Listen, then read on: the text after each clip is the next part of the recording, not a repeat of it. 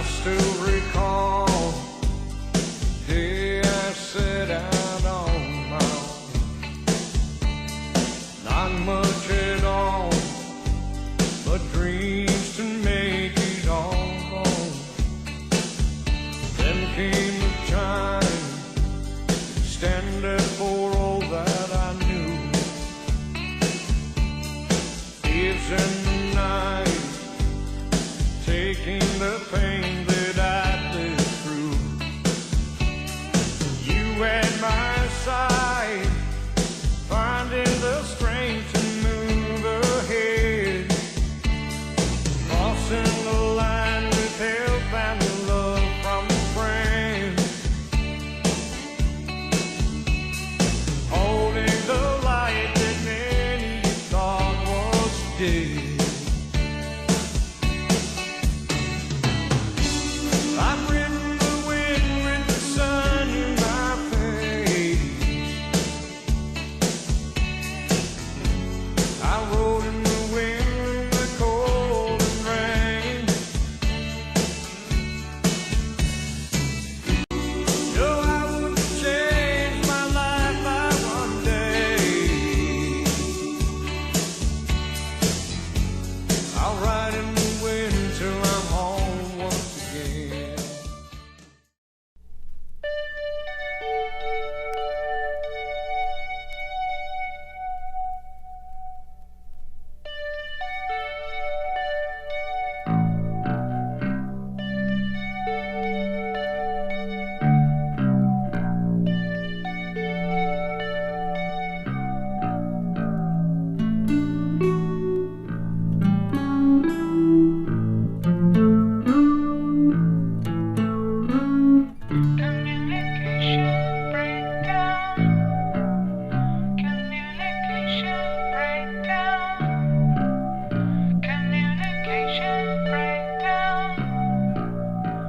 I'm sorry, so sorry. You're staying, I'm leaving. Sitting in the airport, waiting for the plane to come. After bringing me out, you're making your way back home. And it's always a drag when you're on your own.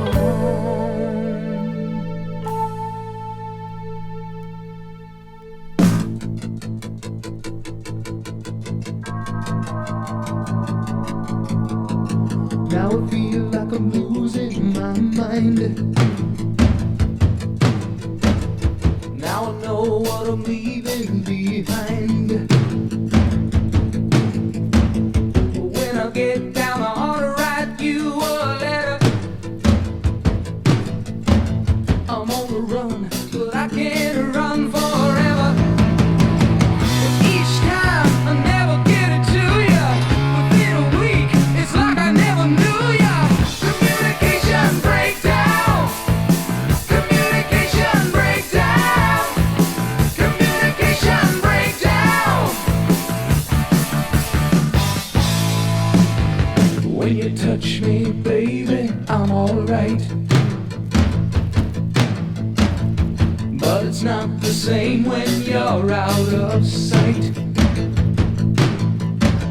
With what I know, I ought to do much better. A little note will bring me to you. Each time I never get it to you. Within a week, it's like I never knew you. Communication breakdown. Communication breakdown. Communication breakdown. Thanks a lot for talking it down. Now you got me going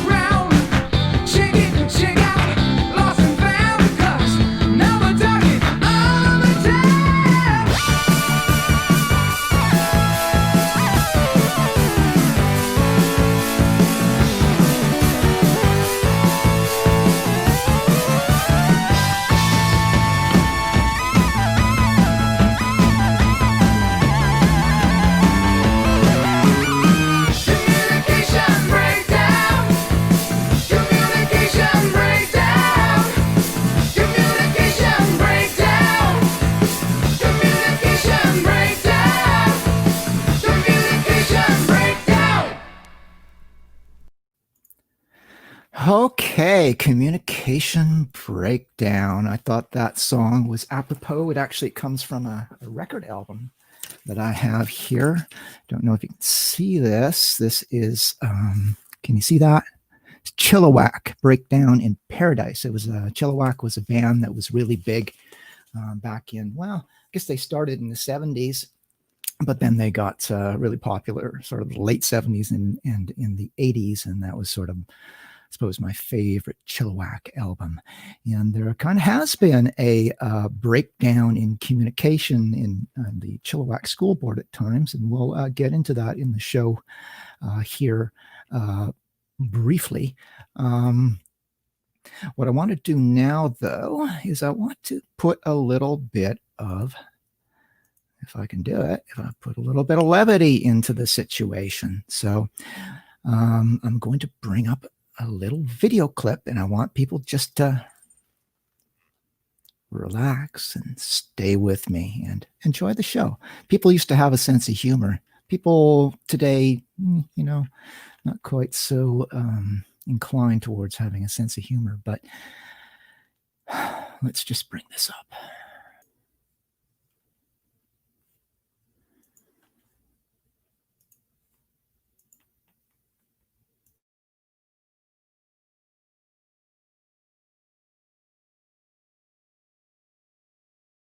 Boy, the way Glenn Miller played Songs that made the hit parade. guys like us, we had it made. Those were the days. And you knew where you were then. Girls were girls and men were men. Mister, we could use a man like Herbert Hoover again. Didn't need no welfare state. Everybody pulled his weight. G.R.O. LaSalle ran great. Those were the days.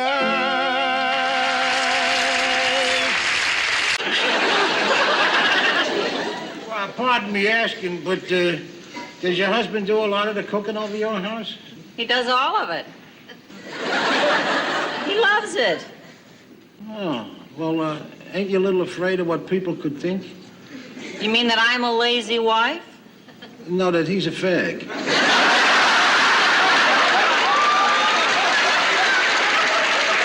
But that don't answer the question. Who's the big cheese you're having here for lunch? Roger. Roger the fairy? All right. Did you hear that, Edith? You know who they're bringing around here for lunch? Roger, sweetie pie Roger. All right, Roger, would you cut it out, huh? It was their friend, Dodge. Listen, Edith, we run a decent home here. And we don't need any strange little birdies flying in and out. Dad, stop that. Roger's not a strange little birdie. His pal Roger is as queer as a $4 bill, and he knows it. You know something, Archie? Just because a guy is sensitive and he's an intellectual and he wears glasses, you make him out a queer. I never said a guy who wears glasses is a queer. A guy who wears glasses is a four eyes. A guy who is a fag is a queer.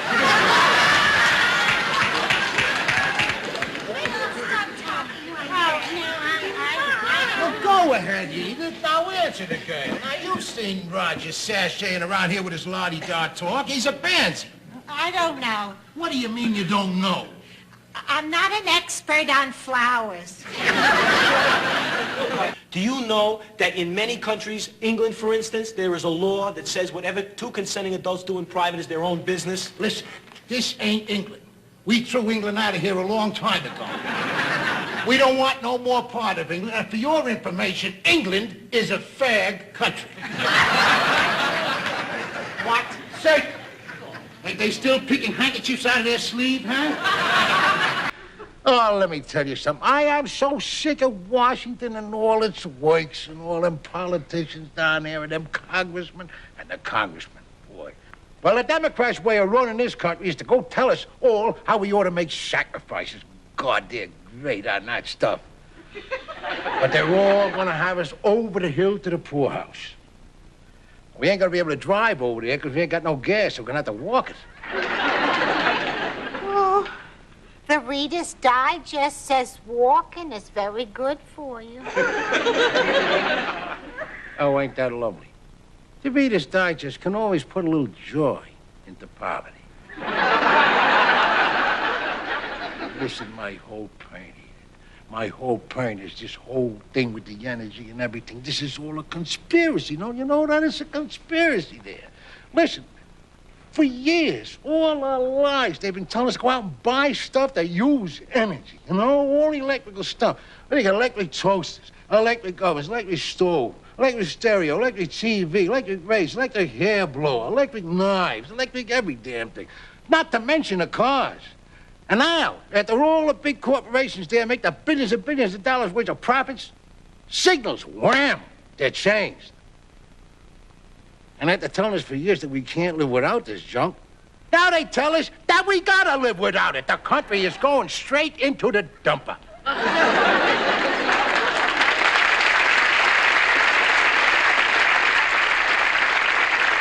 Listen, Edith, we run a decent home here.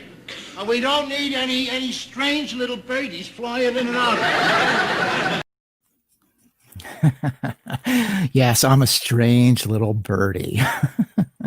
So, there was a time back in the 70s. That actually is All in the Family, which was a show that was, I think, was the #1 sitcom back in all the way through the 70s. It was very popular. And of course, Archie Bunker became this cultural icon that sort of spoke to sort of a clash between the way society was changing and sort of old school values. I think that there's like a necessary tug of war that's going on there, rather than just sort of, leaping into all these radical changes and stuff. It's good to have sort of the what you call the old school sort of pulling us back and saying, wait a second, maybe not quite so fast.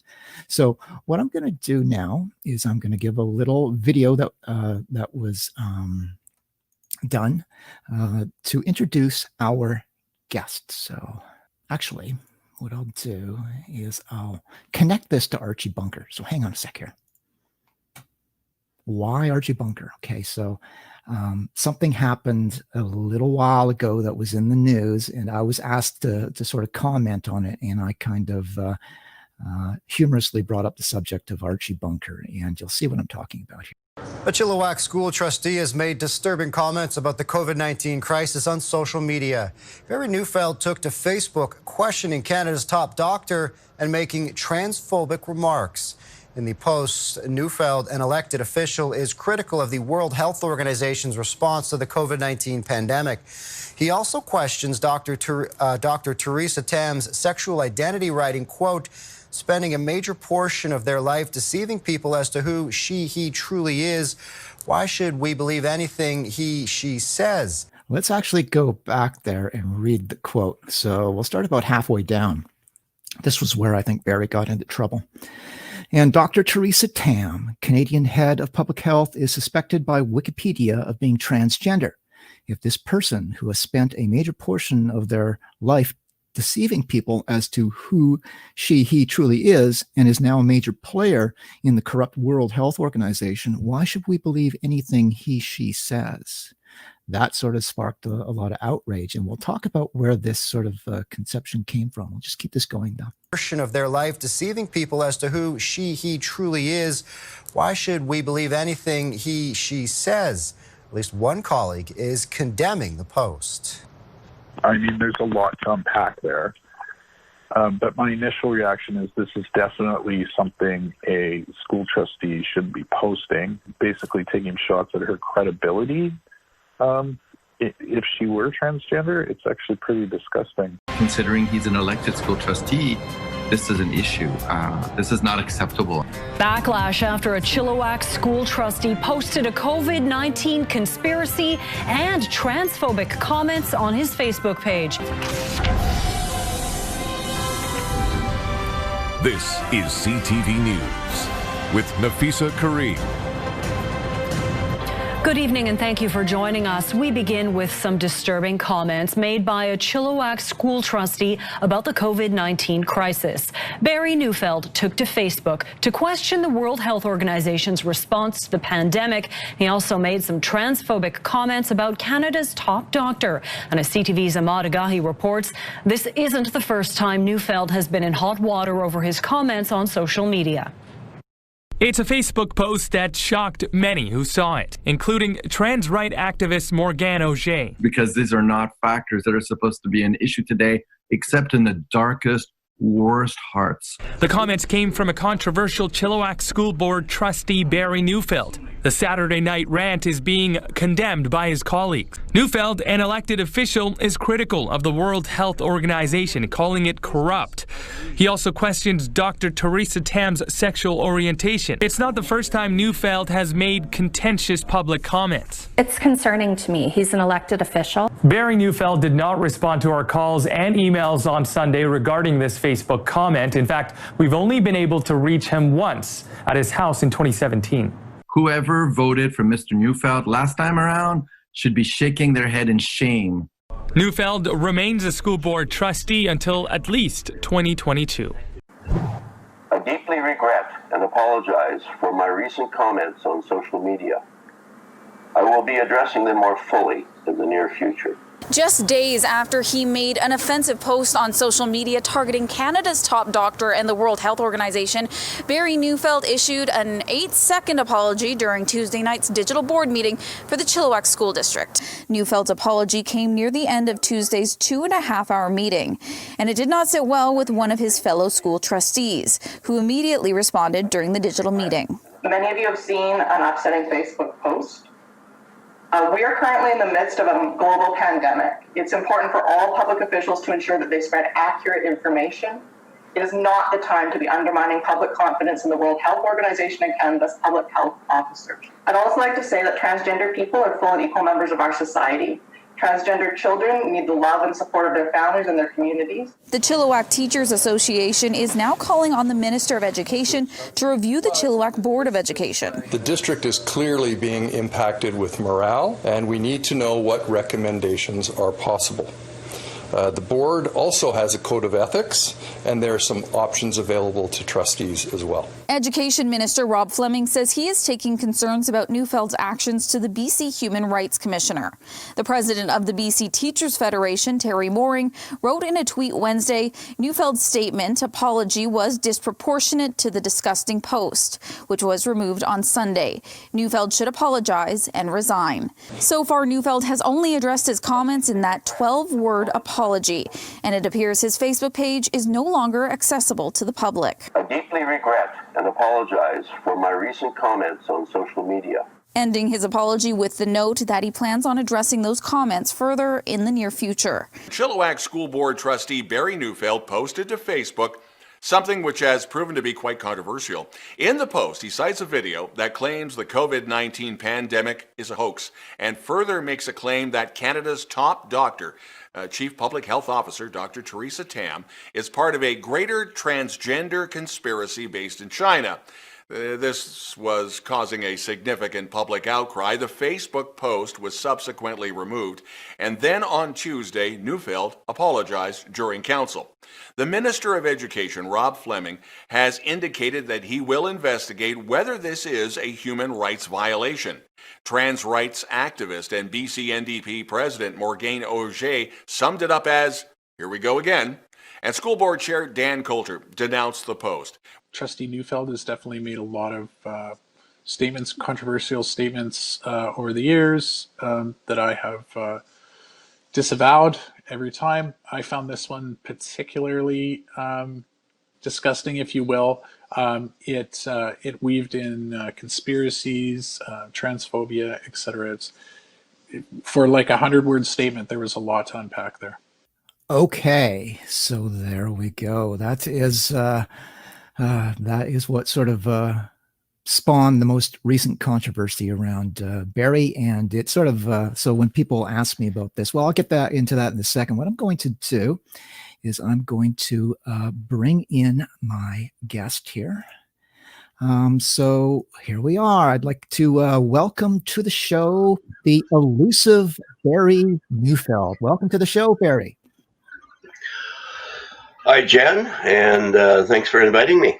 Yeah, well, I think it's overdue. I think this is hopefully going to be a rewarding conversation, and I would say that probably we've become sort of the two most controversial figures in the province on this subject. I would say you've taken a lot more heat in the media than I have, but it's an interesting coming together of two controversial forces. So the comments there, people should know that the comments regarding Theresa Tam and whether or not Theresa Tam is transgender or not, that came from an edit that appeared on Wikipedia. Let's go over here to the wiki page here, okay? And here it says Theresa Tam. You can see Theresa Tam up here. And she was born in 1965, which is kind of odd that they would just say 1965. It was kind of interesting, kind of looking at this. And then one of my subscribers told me that she was actually a man. And that kind of perked me up. So I kind of went and did some digging. And part of it was that it was here on the Wikipedia that it actually said that she was born a man. And there's a lot of guys, I went to their websites and they were showing clips of where it said that she was born a man in the Wikipedia. So I went, because this is the current one, it looks like they've altered it. At one point it wasn't altered. So I went to Google Cache, and you go down to, where was it now? March 31st here, and you go here, this is what it says. Theresa Tam, born a man, 1965.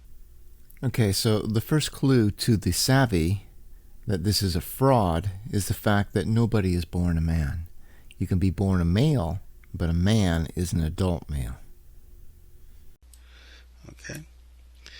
So what I'm saying here is that someone put this in there and then it got taken out.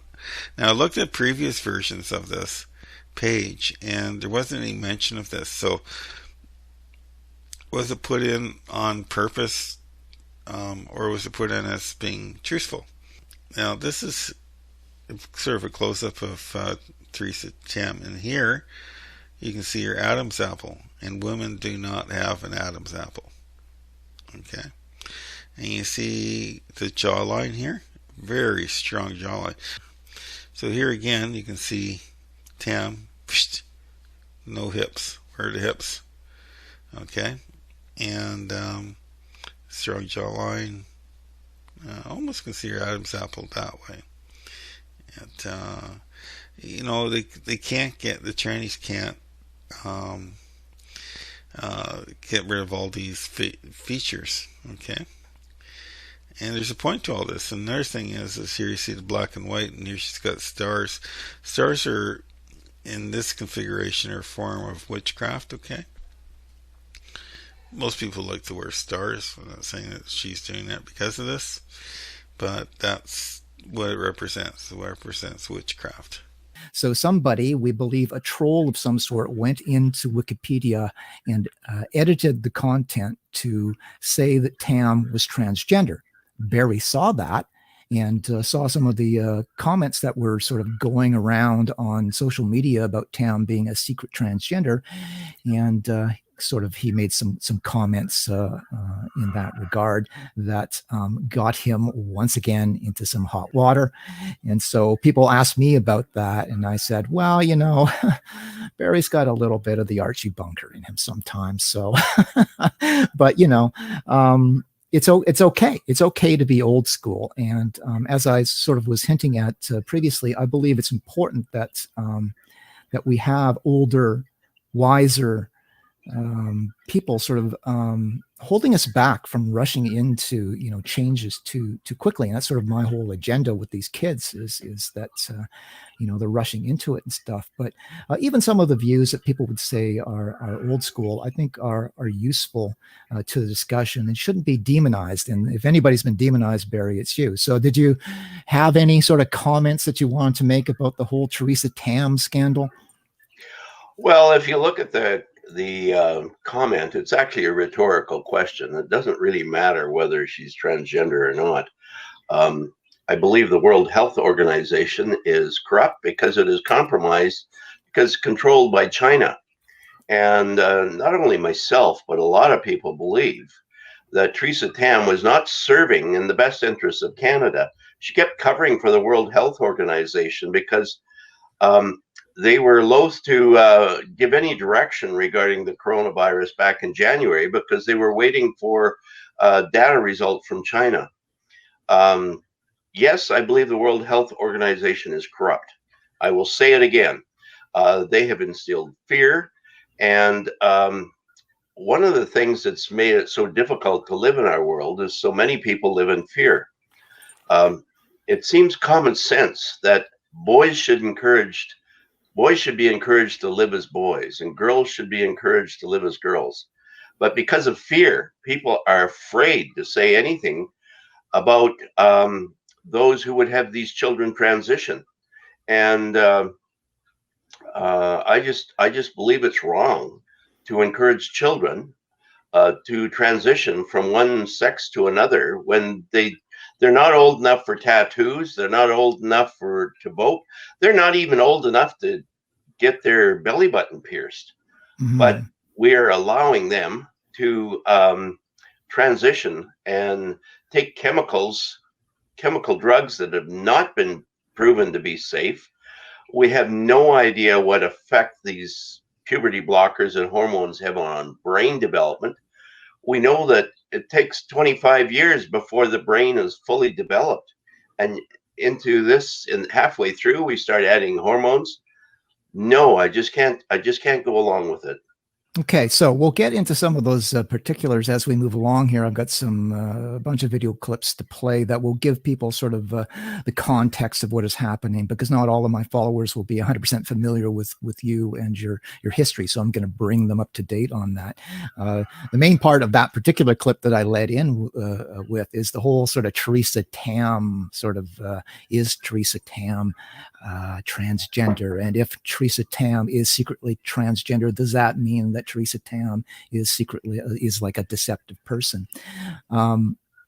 My feeling on, and so this is sort of like one of the things I would call kind of it's old school, but is it a bad thing? Because when you get down to it, transgender identity is all about sort of so one of the most popular terms in the transgender community, one of the most ubiquitous terms, is the term passing. Okay, so what does the term passing mean? The term passing means that you have been able to fool people into thinking that you are something that you are not, right? So I always sort of am very careful, and I say, listen, if people want to be transgender and do what I do and express in the world this way, that's all perfectly fine and stuff. But sort of forcing people to, I don't even try to deceive people, right?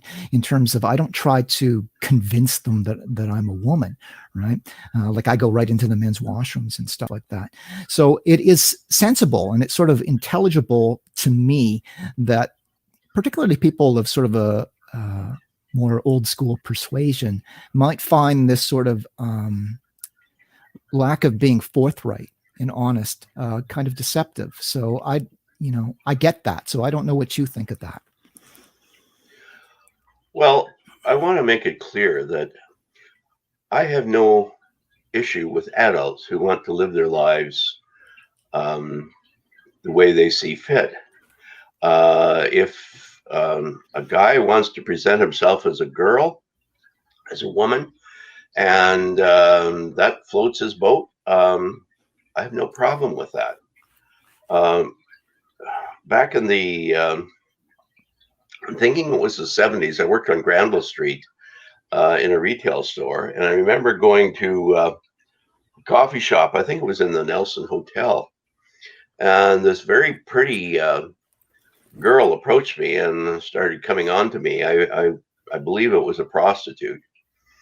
And she was wearing a very revealing top and very tight shorts. And I noticed a rather unusual bulge in her shorts. And I realized that this was not a woman who was coming on to me. This was a guy.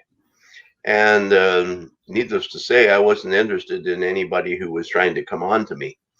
But the point of the matter is that I have been dealing with transgender people for longer than most of my critics have been alive, including some of my colleagues on the school board. And I know it's a difficult lifestyle. It's fraught with challenges and the constant challenge of trying to pass yourself off as someone of the opposite gender. It's not a lifestyle that I would wish on any unsuspecting minor child. And minor children, such as the child in the court case of ABCD, do not have the required life experience and life skills to realize what they're getting themselves in for when they start taking hormones and transitioning to another gender. Mm. Well, before we get further into this, I want to just play a short sort of, call it a biography on you. So just to give people an idea of what your background is, I'm going to play this. So here we go. First of all, I'm going to tell you a little bit something about myself, why I decided to be a school trustee. Quite a few years ago, I had a stepdaughter who was profoundly deaf, and she was in grade 5 in Burnaby. And a lot of us think that deaf people only communicate by sign language, but she had been brought up to a different program called oral education. In other words, she learned to lip read. And in the classroom, what we did was we put an FM transmitter on the teacher, and then she had special hearing aids that were a receiver that would amplify the teacher's voice so she could hear what the teacher was saying. But as she was coming up to grade 6, there was no junior high school for her to go to at all. And she was going to be forced to go to a school where they did sign language. The reason we didn't want Candy to learn sign language was because then she could only communicate to people who knew sign language. But if she could lip read, she could socialize and have friends with all kids. So anyways, what we needed to do was organize a junior high school. And we started a year ahead of time because junior high school began in grade 7. We only had a year to get it up and running. So I was part of that group, and we worked really hard, and we talked to all the politicians in the capital of British Columbia, and we advocated for money, and we sent out brochures, and we worked really hard. And we finally got a deaf program for the deaf at McPherson Park Junior High School. And I began to see how difficult it was to get people to think differently. Everyone we approached says, well, why don't they just go to the school where they do sign language? We said, no, we want something better for her. So anyways, we got that off the ground. I later got a job as a probation officer. And a probation officer is a person who helps people who get into trouble with the law. And my office was just across the street from the funeral home.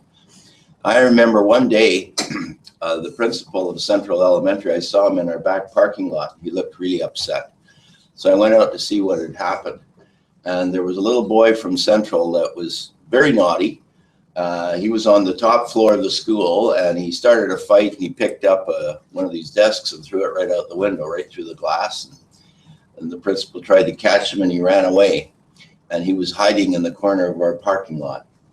And so anyways, I took him into my office, and I had to talk to him and said, you know, if you keep doing naughty things like this, you know, your life isn't going to be much fun. You might end up going to court. You might end up going to jail. So maybe now is the time to smarten up and start listening to your teachers. And I was really pleased when 3 days later I came to work and there was a bouquet of flowers on my desk from his mother. Apparently, he decided that he wasn't going to be so much trouble in school anymore. So between those two things, my working with the helping set up a school for the deaf and helping kids who were in trouble, I really wanted to help all of school kids, but especially the kids in school who are struggling, who are having a hard time. Because I know that it's really important to have a good teacher, but also some kids need a little extra help. And they might need a teacher's assistant, or they might need a special class or for something to help them get ahead. So it was a long time ago, 24 years ago, I ran for school board, and there was an election and I lost, and the guy who won had a school named after him. So obviously he had an edge on me. But that was up in the Kootenays. Then I came to Chilliwack, and it was 21 years ago when I first ran for school board. And because of my experiences with the School for the Deaf, because I worked with kids who were in trouble with the law, and I'd also been involved on the hospital board, people decided to take a chance on me and elect me. I have been called names. I've had my life threatened. Speaking on education is Barry Neufeld. Barry has a BA in adolescent psychology, master's in Christian studies, and has served his community for 27 years as a probation officer, family court mediator, youth probation officer, and restorative justice facilitator. He has also served as trustee on the Chilliwack Board of Education for 23 years. For 23 years, that's a long time. So you have actually a very impressive resume that you bring to the table. And one of the things that I've sort of said is just as you sort of underscored there, that, you know, some of these people, I won't mention any names, for instance, on the school board, you've been doing this type of stuff and dealing with some of these issues since long before some of these people were alive. And you've been sort of active in the community, serving your community for a very long time. That's your background. Now, let's get into the scandal and where the scandal started and when you sort of came onto the scene in this whole debate. And just so people understand, I had been on the scene sort of debating this issue. I wasn't doing public speaking yet, but I had written, for instance, my very popular Synanon essay, which went sort of global. And I had been sort of addressing this issue for the better part of a year when Barry sort of got into some trouble. And I noticed Barry get into trouble. And let's just take a quick look at that. The Chilliwack School District says it promotes inclusion, acceptance, and diversity, but comments to the contrary by one trustee are now prompting calls for his resignation. He needs to step down or be pushed out, one way or the other. Barry Neufeld ignited a backlash after posting on social media that he supports traditional family values and that allowing little children to choose to change gender is nothing short of child abuse. He accuses the province of forcing this biologically absurd theory on children in schools. I don't impose my beliefs on anybody, but this program intends to totally impose its belief on all of public education. The BC Teachers Federation calls Neufeld's post appalling. It sends the message to children who might be coming out or who already are out at school that their school might not be safe, that the trustees that are supposed to be looking out for them aren't. It's a topic that's not often brought up, and so it's new. At the root of Neufeld's concern is SOGI 123, the province's toolkit to help educators talk about issues of sexual orientation and gender identity. SOGI upholds values already enshrined in BC's Human Rights Code. I think he's absolutely wrong. He's on the wrong side of history on this issue. We're right to continue to try and eliminate all forms of discrimination and harassment in our society. The province won't fire Neufeld. His fellow trustees want to hear from him. I think if he made an apology and retracted his statements and learned a little bit more about how hurtful his statements are, I think that could go a long way. The board is meeting in the next couple of days to determine its actions, and we'll want to speak with Barry. Also tonight, a school board trustee under fire. Why'd you put that on Facebook? No comment. What he posted on social media. I think he's absolutely wrong. He's on the wrong side of history. At the emergency meeting, triggered. Outrage is growing tonight after a Chilliwack school trustee posted a rant online blasting BC's new curriculum dealing with sexual orientation and gender identity. CTV's Nafisa Karim is live at the Chilliwack School Board office where an emergency meeting is scheduled for tonight. Scott, this is an in-camera meeting, which means the public is not allowed to attend. Barry Neufeld posted on Facebook on Monday, and in some of the comments, he's being called bigoted and transphobic, but he's not going to be removed from office. I think he's absolutely wrong. He's on the wrong side of history on this issue. He is longtime Chilliwack school trustee Richard Neufeld, who used a Facebook post to come out against the province's new sexual and gender identity program. Just tell us, why did you put that on Facebook? No comment. I know. Neufeld did not want to answer our questions about his post, which has hundreds of comments, many calling him bigoted and transphobic. School Board Chair Paul McManus says Neufeld's opinion is not shared by the board. Being an elected official on the school board, you have to consider the things you say and the opinions you express, because people will mix the two up. School Superintendent Evelyn Novak says Neufeld's comments came as a surprise. Our board has not had an opportunity to discuss the whole idea of SOGI. At issue is the Ministry of Education's Sexual and Gender Identity Program, or SOGI, which aims to discourage bullying and promote inclusion. It's not acceptable to have an elected official violate human rights code of a province on the record in a published statement. But the minister won't remove Neufeld from his job. Look, I expect his fellow trustees and the board chair we'll have a debate with him. He is absolutely in a very small minority on this issue. Neufeld has been in office since 1992, and it appears he will remain there. One thing that has been removed, the post that started it all, it's now been taken down, and Neufeld's Facebook profile is no longer public. Barry Neufeld is facing a storm of criticism. I have been called names. I've had my life threatened.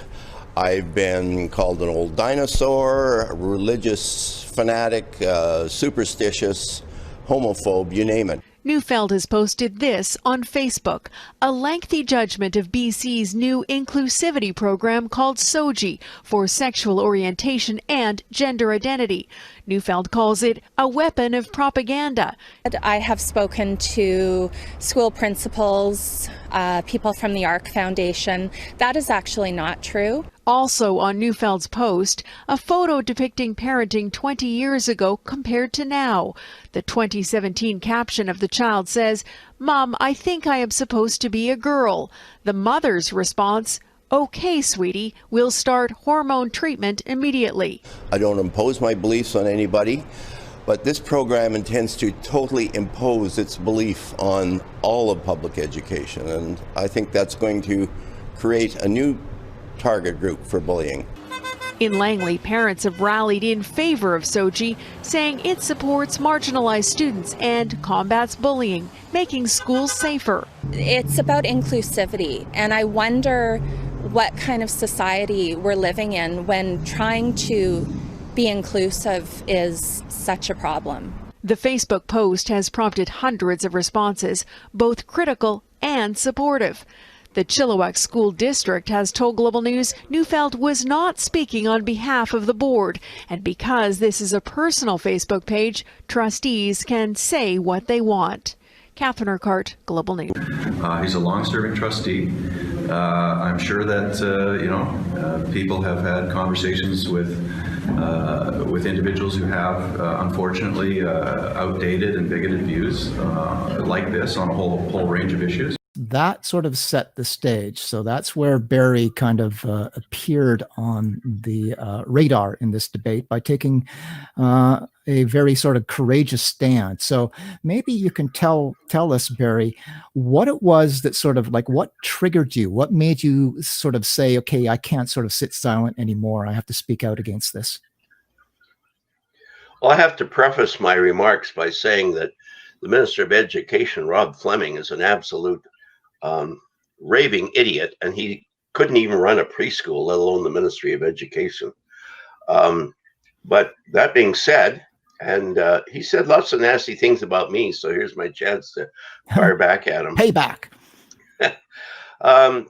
What made me make this remark? Well, I was elected back in '93, over 27 years ago. Right. And Hold on. Wait. So before you get into the what made me make this remark, should I bring up the remark? Should we read the sure, whole skip into it? Okay. So I can no longer sit on my hands. I have to stand up and be counted. A few years ago, the Liberal Minister of Education instigated a new curriculum, supposedly to combat bullying. But it quickly morphed into a weapon of propaganda to infuse every subject matter from K to 12 with the latest fad, gender theory. The Sexual Orientation and Gender Identity SOGI program instructs children that gender is not biologically determined, but is a social construct.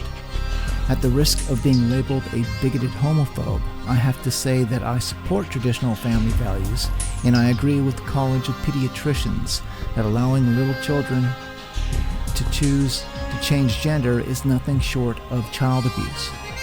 But now the BC Ministry of Education has embraced the LGBTQ lobby and is forcing this biologically absurd theory on children in our schools. Children are being taught that heterosexual marriage is no longer the norm. Teachers must not refer to boys and girls, they are merely students. They cannot refer to mothers and fathers either. Increasing numbers of children are growing up in homes with same-sex partners. If this represents the values of Canadian society, count me out. I belong in a country like Russia or Paraguay, which recently had the guts to stand up to these radical cultural nihilists. Pick it up. Can you see my share screen? I can see your share screen. Shall I bring it in? Okay. Okay. There it is. There it is. And that's what got me into trouble. Okay, so yes, this is the meme, if you will, that's sort of set people off. So 1997, Dad, I want to get my ear pierced. Dad says, absolutely not. 2017, Mom, I think I'm supposed to be a girl. Mom says, okay, sweetie, we'll start hormone treatment immediately. So yeah, that was sort of in addition to the, and I think that kind of goes with the statement that you said that you regarded it as a form of child abuse. Yeah, I apologize for my green screen problems. I seem to be fading into non-existence here somewhere. We're all fading into non-existence, Barry. But anyways, I realize that the people who are advocating transition for children mean well, because prior, way back in the year 2000, I guess it was, before this ever came on my radar, the trans activists were claiming that children who feel they are born into the wrong body are committing suicide when they're discouraged from living their life as an opposite gender. For example, if a boy thinks that he's born into a girl's body, that he's a girl born in a boy's body. There you go. If they're not encouraged to live that way, they will commit suicide. Well, I have personally met Dr. Ken Zucker, who prior to 2016 was the world expert in treating gender dysphoric children. And he says that these suicide threats are a trope.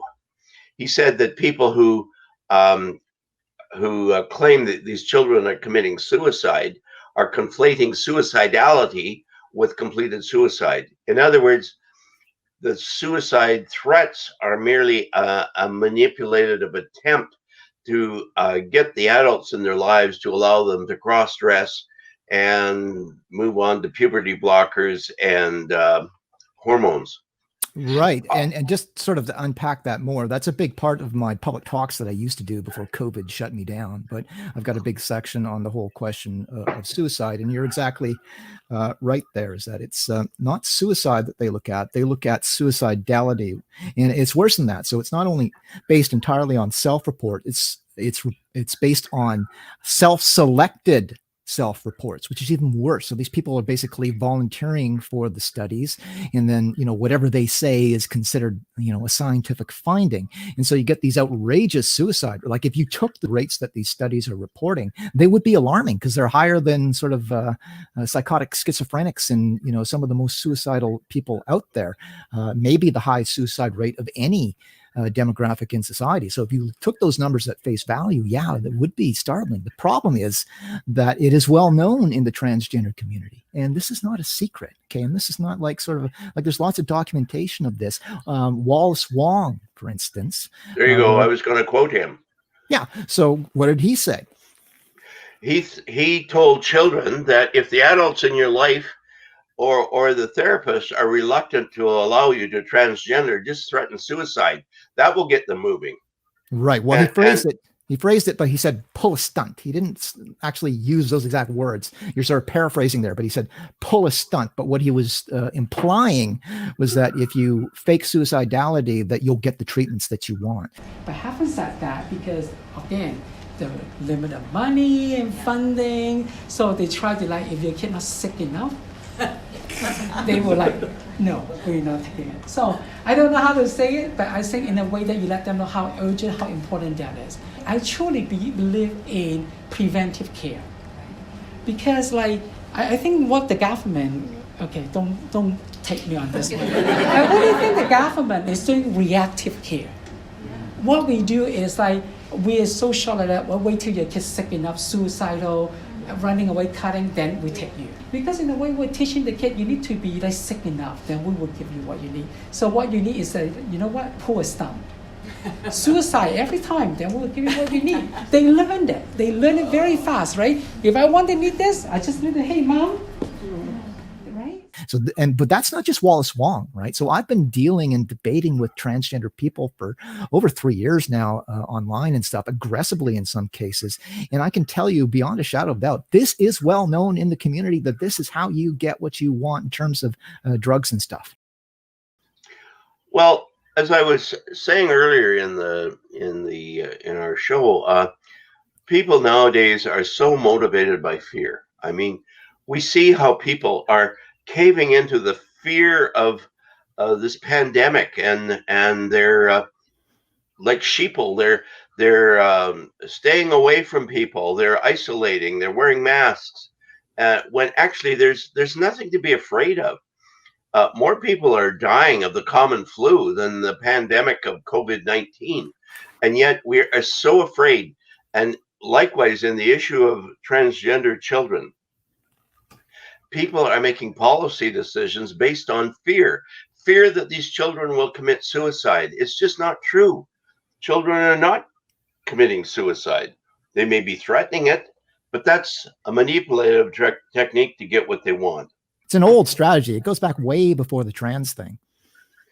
Well, it's a good motivator to get people off their duffs, especially parents, to giving in to whatever the kid wants. Mm-hmm.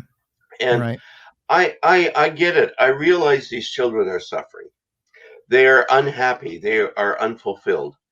But as others have said, more experienced than me, if these children are not encouraged to transition, these transitory feelings of gender dysphoria will go away, and they will grow up to be content with the bodies that they were born with.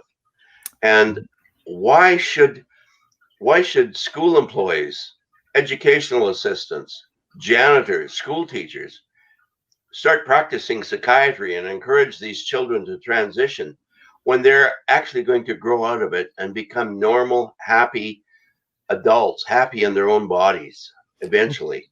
Okay, so what the opposition would say. Okay, so the opposition's response to this, and I'm always big on sort of dealing with all of these sort of other sides' responses to issues, because once you get into the trenches, you have to do that anyway. So what the other side would say is that SOGI 123 is not encouraging kids to be transgender. I've got my response to that. So what would you say about that?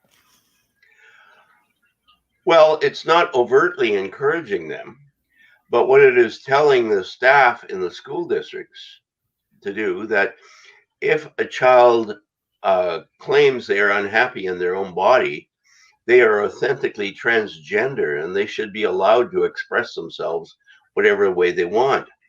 And it gives a signal to the important people in children's lives. And yes, I realize that for many children who comes from very dysfunctional homes, homes where they're not loved, where they're not accepted, and especially children from foster homes. And I have dealt with so many foster children over the time of my career, and I realize how hard it is for these kids.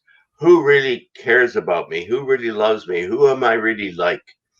And their identity is a real challenge for them to discover. Right. And especially when you get the double whammy. Okay. So there's a double whammy there. And I talked about this in my case too. So I was a foster kid, and this has become a big issue in this debate for me recently. So as a foster kid, I had this sense of being rejected, right? Horribly rejected by the world. And when you coupled that with the fact that because I was an odd kid, a weirdo or whatever, I was viciously bullied in school, right? So it seemed like everything, like the whole world was rejecting me, and I just wasn't good enough. And yes, I was upset about that, and I didn't feel like I fit in anywhere. And so I sort of modeled myself on my super pretty foster sister, who was super popular, right? And that's when I began sort of experimenting with what they now call transgender identity. They didn't really call it that then, but it was sort of I would say so. Back to your saying, a girl trapped in a boy's body. That's what the other side would say. They would say, if they were around when I was going through this, they would say, well, little Ricky, as my name was then, little Ricky is really a girl trapped in a boy's body, crying out for his true identity. And I've said, no, that is not the case. What I was a wounded child who was crying out for help.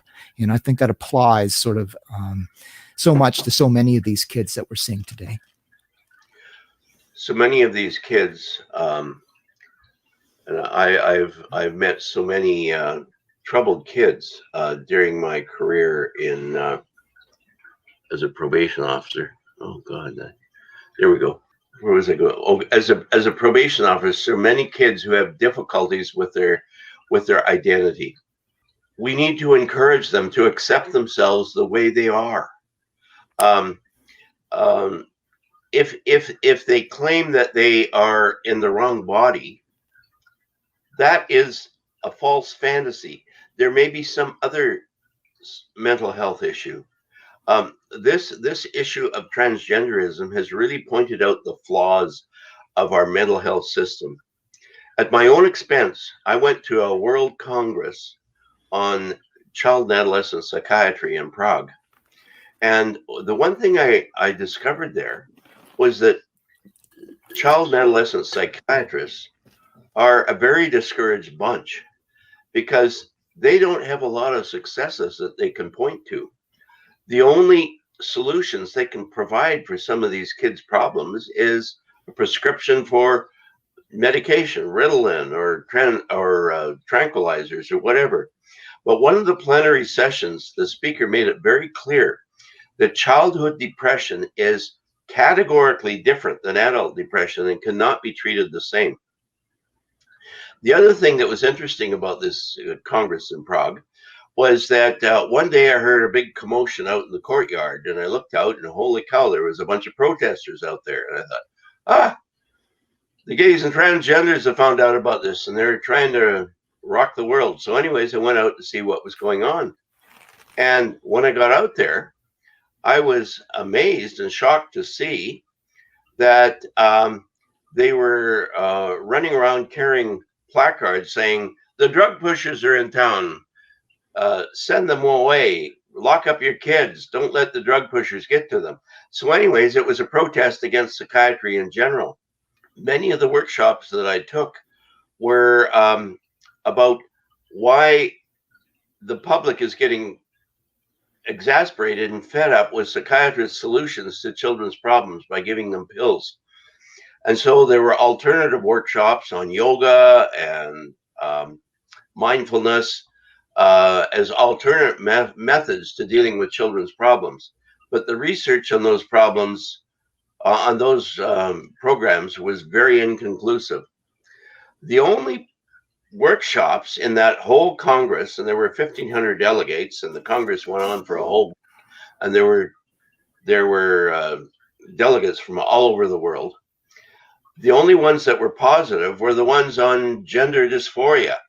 And the psychiatrists were bragging that they were making a lot of money and their clients were showing up on time and their clients were willing, and they were learning so much from their clients. And I thought, oh my God. Okay, hold it just a second there. So I want you to backtrack and say that again in just a moment. What I want to do is I've forgotten to bring in the Facebook audience. So I'm just going to bring in the Facebook audience and then I'll get you to repeat that. So just 1 second. The Facebook audience. So we're going to be broadcasting live on YouTube and Facebook. We should be on Facebook now live as well.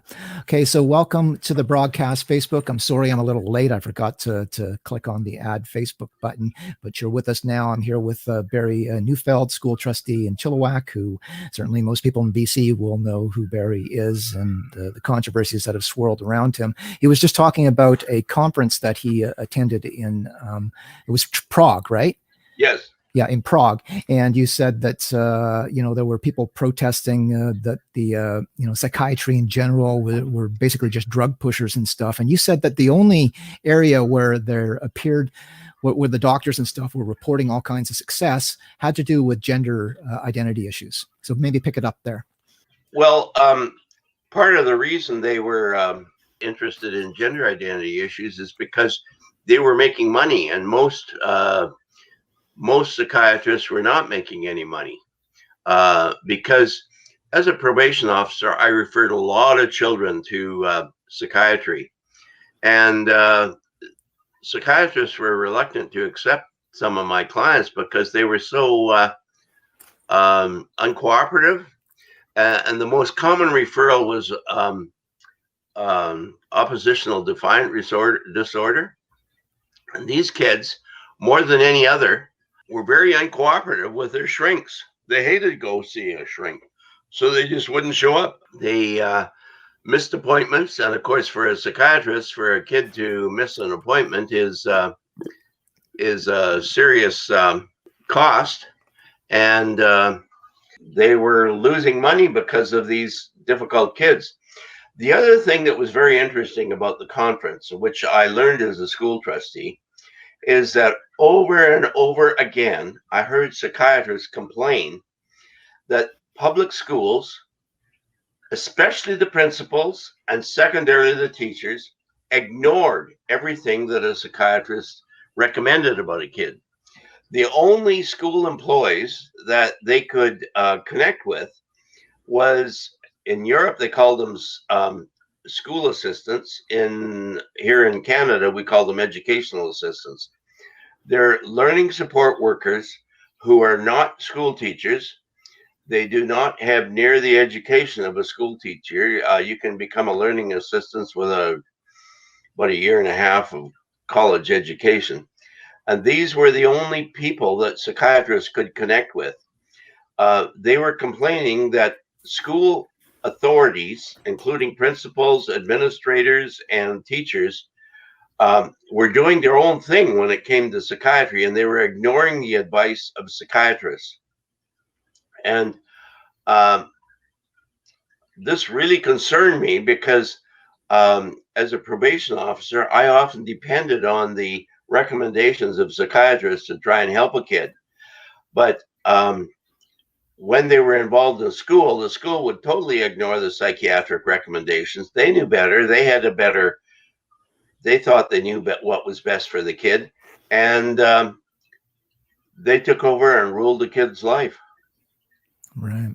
So, okay, so let's just sort of get back into some of the video stuff here. So Barry came out and sort of spoke out against SOGI 123. He felt it was a kind of child abuse, and I actually agreed with him on that. And I've, explained ad nauseum why I think that's a valid statement, particularly when you look at who is sort of being targeted by or being affected by some of these things. Because as the other side says, they are not sort of overtly telling kids to be transgender, but they don't have to. What they're doing essentially is romancing their minds and sort of, I would say, putting spells on them. And we have a direct sort of correlational evidence that SOGI 123 is causing youths to identify as transgender. And you mentioned the AB versus CD case. That is sort of like the star case.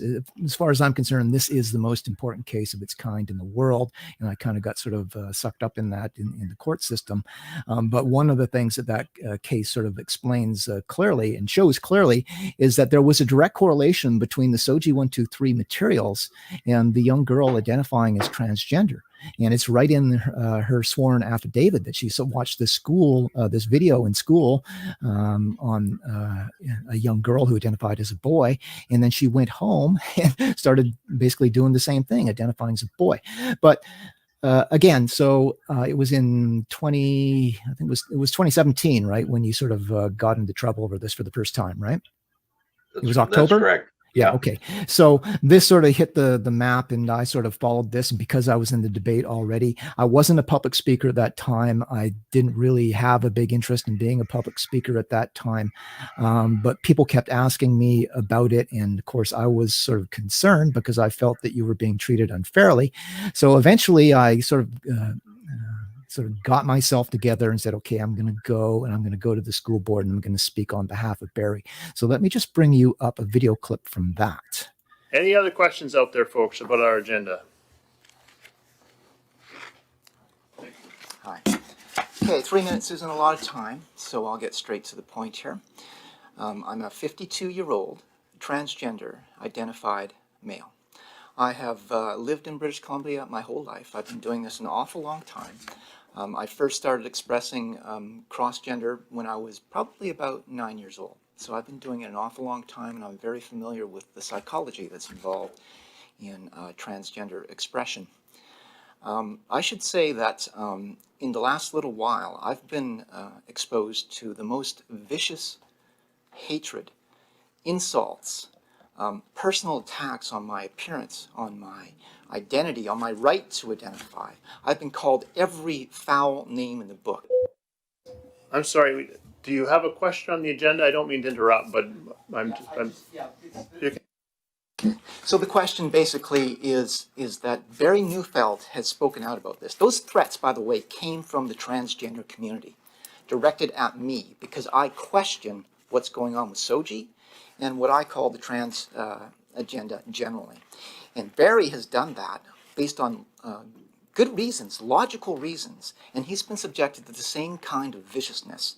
So my thing is just that I want to know, and I'm hoping, and I'm asking, that the board will support 100% free speech, free expression, freedom of conscience, which is what Barry has done, and not cave in to a community that basically relies on threats, intimidation, and insults to try to silence people. So I'm hoping that the board will support Barry in every way. I just wanted to come and support Barry and encourage you to do the same. Thank you. Okay, so that was actually my first public appearance on any of this stuff anywhere. You can see I was a little awkward in what I was doing because, like I say, I didn't want to be a public speaker, but I figured I had to get myself together and go out and show some support for what Barry was doing, because as an elected public official, he was really going out on a limb. So I felt it was very important, and what I really wanted to do was to get the board to make an official statement that they would allow dissent and support free speech, because as I said there, he had good logical reasons for why he was saying what he was saying. So let's just go back and take a look at another news clip, though. Two opposing views on LGBTQ education will face off tonight in the Fraser Valley. The group Culture Guard is holding a support rally for a school trustee who recently came under fire for anti-LGBTQ comments, and the other is hoping to offer a different voice. And joining me now for more on that rally is Stacey Wakeland, the founder of BC Parents for Inclusivity, who joins me now by Skype. Thanks for being with us. Hi, thanks for having me. So tell me more about your group. We are parents. We started here in Langley, And we have received a lot of requests to actually support parents from across the province of BC. So now we are known as BC Parents for Inclusivity. We started for a very similar reason. Here in Langley, we felt our voice, which is in support of SOGI, which is in support of inclusivity, was not really being heard in our community. Yeah, speaking of that, we spoke with Carrie Simpson earlier in the show, and she is not in support of SOGI, to say the least. She is holding a rally. Her group is holding a rally in Chilliwack tonight. She is feeling that there will be a lot of people at that rally tonight. I feel that we will also have a lot of support as well. Do you fear that support for the SOGI curriculum is starting to be on the decline? No, I don't. I really don't. I think we need to look at who is in support of this initiative. I feel like a lot of the Culture Guard's members perhaps are older. They don't have kids in our school system. And I believe that they are feeling fearful, and maybe that's why they are stepping aboard. But I do feel that it still is a fringe group, and that we do have the majority of support. And tell me why you do, on a personal level, support the changes that have been made to the BC curriculum. I have been asked that a lot, and I don't have kids that identifies LGBTQ, and I urge people to look at it not as an LGBTQ issue. This is a human issue. It's a human rights issue. It's for the health and safety of all of our children. And I feel like we need to step back and ask ourselves, if we were talking about race or even religion, would this be such a controversial topic? Right. That's an interesting point. Now, do you feel that even though this has been introduced, that more still needs to be done within our school system? There are always ways to make things better. I definitely think that you'll see school boards and all of the nonprofits involved working hard to educate parents. I think you can see that already on many school districts' websites. There continues to be more information about SOGI. I urge people to educate themselves as well and stop relying on what we're seeing on social media, and actually step foot into the school and ask a teacher, ask a principal, and really educate yourself from reputable sources. I think that's always a good idea. So, Stacey, what kind of message are you hoping to send tonight by your rally? Tonight is later this afternoon is all about love. It's all about support. We're not, I hate to say we're against anyone. We're actually showing support for those in our community that feel marginalized. And it's all about just sharing a positive message. Do you fear that this is going to be an ongoing issue in our schools? I really hope it isn't. I find it quite amazing that we are still having this issue. It's almost 2018. I really feel like the majority of the public is in support, and we just need to catch up those that perhaps need educating on what SOGI really is. All right. Well, Stacey, thank you for joining us today. Hey, hey, ho, ho, Barry Neufeld's got to go. The calls for Barry Neufeld to step down are growing louder. Dozens of people protested his appearance in Chilliwack at a meeting organized by people who are known as Culture Guard. The elders in our society should be encouraging education rather than pushing back on it and trying to stop their children from accessing the education that will make their children do better in our society. Neufeld spoke. And if you don't agree, we will call you names, bigots, bullies, homophobes. And far from backing down, vowed to run for school board again, repeating his claims that gender identity and inclusion have no place in the school curriculum. It creates a new target audience, and that is children, parents, and teachers who have issues of conscience about this type of material, and it will alienate them. Based on the name-calling that I've endured, I really worry about little kids in the system. Neufeld hardly alone. 300 people or so were at the meeting, and the views echoed by many. But what they they've tried to silence me and many people in this room with is being a bigot and a hater.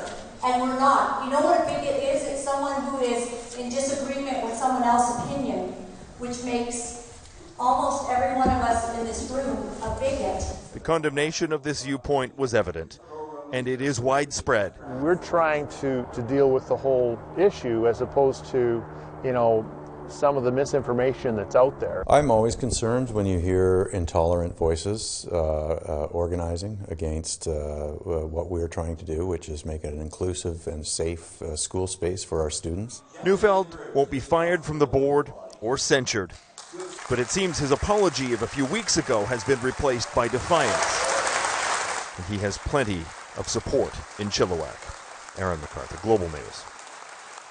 A rally held in Chilliwack tonight opposing the province's LGBTQ-friendly curriculum. It was met with protesters saying the group was spreading hate. The rally was originally organized by those who supported school trustee Barry Neufeld after he made controversial comments criticizing the sexual orientation and gender identity program, or SOGI.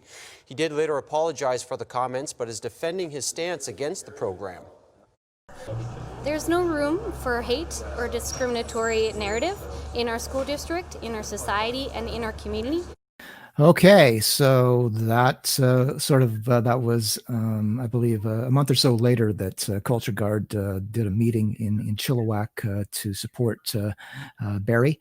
And that's, I think, when we started seeing some legal stuff coming into the question. So maybe you can talk to us about what happened to you in terms of the legal actions and who came after you legally on this issue. Well, I began with an apology, but my apology was directed at my fellow school board members. Okay, let me just read Barry's news release. Apology. My post on Facebook has created a lot of controversy, and first of all, I want to apologize to those who felt hurt by my opinion, including members of the Chilliwack Board of Education. I am critical of an educational resource, not individuals. Those who have worked with me for over 24 years know that I do believe in inclusion and a safe learning environment for all of our students, that they should be protected from all forms of bullying and intimidation. I believe that in a free and democratic society, there should be room for respectful discussion and dissent. I firmly believe that implementation of SOGI 123 resources needs to be reviewed by engaging parents and teachers in conversation on this topic before full implementation. Barry Neufeld. They were totally clueless about SOGI 123, except for Dan Coulter. Because of his connections, his inside connections to the NDP, he was aware of the conspiracy for the transgenders to take over control of education. Okay, let me just interject here. There were a couple of things here that took place that Barry doesn't mention that are of note. So BC's Education Minister, Rob Fleming, called for his resignation and put out a statement to that effect. He actually noted that the Education Minister didn't have the ability to remove him from his position, but he was encouraging him to step down. Barry responded by releasing a statement to the media, basically saying that he had no intention of stepping down and that he felt it was his duty to continue on as a trustee, speaking on behalf of vulnerable children who he felt might be confused. The first incident that happened, the president of the Canadian Union of Public Employees, Shauna, was at a conference in Vancouver in December, and this is 2 months after I came out, and she was approached by activist gay lawyer, Susan Quayle, and she said, "Hey, Shauna, how would you like your union to make $50,000? And Shauna says, "Oh, well, sure, I'm interested. What's in it?" "Well, why don't you sue the school board and Barry Neufeld for $50,000 for creating an unsafe work environment?" And Shauna said, "Oh, it sounds great, but we don't have any money for a lawyer." Well, this lawyer said, "Oh, well, we'll represent you pro bono." And she said, "Oh, well, great. So where do I sign? So she signed on for the lawyer to represent them. Well, unfortunately, over the years, I have been very supportive of the CUPE union. They are the support workers, the educational assistants, the secretaries, the janitors, the bus drivers, all the support workers in education. But she signed on with this lawyer to accuse me and the school board of creating an unsafe work environment. And they announced that they were going to launch a human rights complaint against me. They announced this in January, but it took until April before the Human Rights Tribunal accepted their application. And so, anyways, they polluted or corrupted their application by making a public announcement long before it was accepted.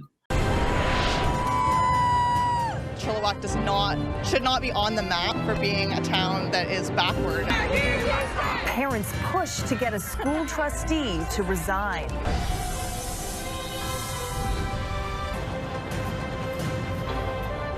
Good evening. Thanks for joining us. A school trustee is facing increasing pressure to resign after what many parents consider to be hateful, transphobic comments. Tonight, parents and supporters rallied and asked some tough questions. Our Penny Daflos was there and has our top story. Parents, friends, and allies showed up en masse. Human rights are here to stay. To show Chilliwack school trustees they're serious about gay and trans rights. This is about educating teachers. It's about educating humanity. Inside, tensions flared with security stepping in. We have a right to assemble and we have a right to protest. At the first school board meeting of the year, trustees faced tough questions and comments. I don't feel safe giving you my name or identifying my child. Centered on controversial trustee Barry Neufeld. The chair didn't say much. I can't comment on that right now because we're in the middle of some legal advice. Neufeld came under the microscope last year after making explosive comments against the province's new sexual and gender identity program and parents of transgender students. Rushing into the use of puberty blockers, hormone therapy, and gender reassignment is child abuse. Some parents say they've been harassed by Neufeld supporters for criticizing him. They basically threatened to have my business boycotted. Brad Dirks has a transgender son and fears bigots across the region will be emboldened by Neufeld's comments. When you're elected official or a person in a position of authority or power and you use that to share discriminatory comments or hateful views, I think it gives permission to other adults and people to think that it's okay, and it's not okay. We would like the other trustees to stand up and censure him. Rally organizers say this gathering was about showing support for kids of all orientations from adults of all orientations. Myself, I'm actually married to my high school sweetheart, straight girl here. Just an ally. Okay, so just a quick note here. This is the rally organizer. So the person who organized this rally, or one of the persons who organized this rally, to demand that Barry Neufeld either be removed from office or step down. It should be noted that she went on later to run for the Chilliwack School Board and was elected, and has since led a charge to constantly harass and deplatform Barry Neufeld and silence anybody who might agree with him, including myself and others, members of the community of Chilliwack who wanted to speak out in support of Barry's position and speak their concerns about SOGI 123. She has steadfastly opposed all such efforts. So there's a conflict of interest here, though, where we have an LGBTQ activist and organizer who has come into an elected position and spent a large portion of her activities harassing another elected member who got the second most amount of votes in that district in the election, as we'll see later. Now that she was elected as a trustee, in my opinion, is a concern, because in my opinion, she's not exactly the brightest bulb on the tree. Myself, I'm actually married to my high school sweetheart, straight girl here. Just an ally. Allies who pledged to continue pressuring the board both inside and outside its meetings. Penny Daflos, CTV News, Chilliwack. Some 150 or more now gathered in front of the Chilliwack School Board office, and the unions have come out in force helping out what has started off as CUPE being very concerned about what has been happening out here with the Barry Neufeld situation and his comments. BCGEU is out here. Now, we're not seeing anybody from the BC Teachers Federation. We really don't expect that.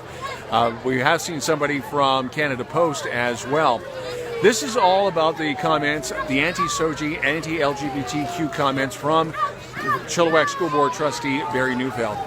Talking with a couple of people in the crowd, though, they're almost resigned to the fact that because of the amount of people that are following Neufeld and supporting him, that no matter what these protests do, Neufeld still has a very good shot of being re-elected come the fall. But right now, the protests continue, and it probably won't end for quite some time. Because you didn't get genetic testing. No. And it turns out that does not decide your body. Your body is not decided by your chromosome. It's influenced. But when I was born, I wasn't influenceable by the devil, right? Yet my body was the body of a boy, presumably, according to all those theories. You don't have to be careful what I say, because I'm in court cases about whether or not I'm male. Somebody out there thinks that it's relevant. But you were born as a male. You know what? I'm going to leave that off the record, because I have to, but that's not relevant. I was born a certain way, and I'm transgender, and I'm a transgender woman. If wrapping them people's choice, yes. Why am I in love with someone that's transgender? What does that say about me? I think you have a choice to love someone who's transgender. I love transgender people. I have a very good transgender friend. So what are you saying? Oh my God. Why? Another question. Why are you so... What is you get to choose who you love. What is the question? From the devil because I love someone who's transgender? No, I have never said you're from the devil. I don't even know what you're talking about. You get to choose who you want to love. You have a problem with that. It's not my choice. I get to choose. Do you have a problem with what I do? Yes, I do. Then why can't I have a problem with what you do? Because one's hate and one's like... I'm just asking. Yeah, I bet it is. We're not coming to your church. We're not standing outside saying what you do is child abuse. Is this your church? Telling your people, no, you know what? This is a church of school. This is where kids come. This is where the people make decisions that affect all of their lives. What is your name? So you know, I don't need to give you my name. It doesn't actually matter right now, okay? The topic is, we don't come I actually cared enough to ask your name. I'm trying to be respectful. You actually don't. No, I think I'm everything not. you say is fake. Put your camera down. Everything you say is not true. Okay? And you know what? We don't come outside your church or tell you what to teach in your church. This is a public school system. Actually, you guys have showed up at churches. No, I have not. You haven't. You guys. Yes. Your community has showed up at churches. And this was back in 2018, almost 2.5 years ago, and it's gone nowhere since. This was followed up by another complaint by the Chilliwack Teachers Association, backed up by the BC Teachers Federation, who also made a complaint. Nothing has happened on these two issues. In November of 2019, there was a mediation meeting, but nothing resulted out of that. At the encouragement of a couple of young female lawyers, I launched a defamation suit against Glenn Hansman because he was calling for my education, saying that I was unfit to be a school trustee. And that application was accepted by the Supreme Court, but then Glenn Hansman used a brand new law, the anti-SLAPP legislation, to argue that because his comments, his insulting comments, were based on the public interest, he was allowed to insult me. And we went before a brand new judge. The judge was appointed only in June, and he heard the case in July the 10th, I think it was, and he ruled in favor of Hansman. And so I lost the anti-SLAPP application, but I now have appealed it, and it's going to the appeal court on November the 25th. Right. So people should sort of understand what happened there. So this anti-SLAPP legislation, that law is put there in place to protect little guys from like corporations and stuff who use lawsuits and stuff to silence dissent and stuff. So it's designed to protect the little guy from the big mega corporations and stuff. What they did in your case is they turned that on its head, and they made the people with all the money is the ones who were being victimized by you who didn't have the money. So that was a really disturbing thing to behold, in my opinion. Well, Glenn Hansman has unlimited legal resources to fight me, and my lawyers probably don't want me to say this, but I will don't say this. anything. Don't say anything that might get you in trouble. We can move on. Well, it was a brand new judge, and judges don't like their decisions to be appealed. But this judge knew that whatever he decided, it would be appealed. So he ruled in favor of the side that's most likely to win. Oh, wow. Because the BCTF has unlimited resources to fight me. And I have to raise money to protect myself, because the issues at risk are, number one, parental rights. As we saw from the ABCD case, parental rights are being trampled on by this issue. The right, under the School Act, I have the right as a school trustee to challenge any educational resources that are being presented in the classroom. And they are totally ignoring that right and trying to silence me by calling me names, threatening me, trying to shut me down, when that is my job as a school trustee, to call those resources into question. To use your judgment. Yeah. And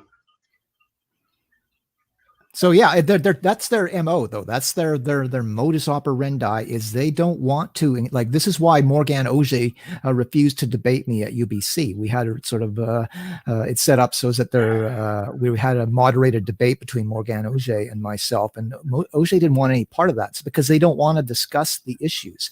They just want to sort of issue their propaganda proclamations to the media and never have to actually be confronted with the facts. And so they were shutting you down. But it's more than that. They've gone even further. So let's just go to the next sort of video clip here, which is, and people should know that I went back and forth to the Chilliwack School Board a few times, at least, maybe several times, but I had tons of written interactions with the board as well, trying to represent a delegation of residents of Chilliwack and taxpayers in Chilliwack and parents in Chilliwack who had basically recruited me to present on their behalf to speak about gender ideology that's being taught in the schools and stuff.